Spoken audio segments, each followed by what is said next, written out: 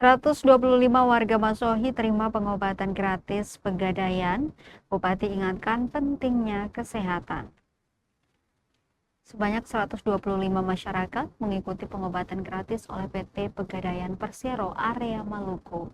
Pengobatan gratis berlangsung di Gedung Paguyuban Jawa, Kelurahan Ampera, Kota Masohi, Maluku Tengah, Selasa 30 Juni 2026.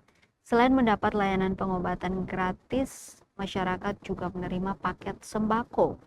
Bupati Maluku Tengah Zulkarnain Awad Amir mengapresiasi pengobatan gratis yang diselenggarakan oleh PT Pegadaian Persero area Maluku.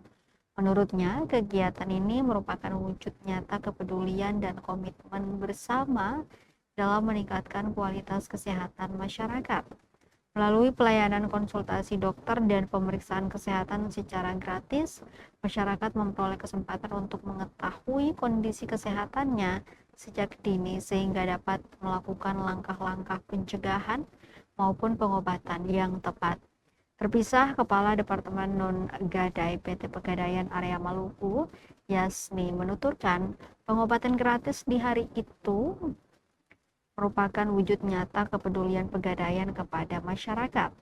Melalui kegiatan tersebut, pihaknya sangat berharap masyarakat dapat memperoleh layanan kesehatan yang bermanfaat sekaligus meningkatkan kesadaran akan pentingnya menjaga kesehatan.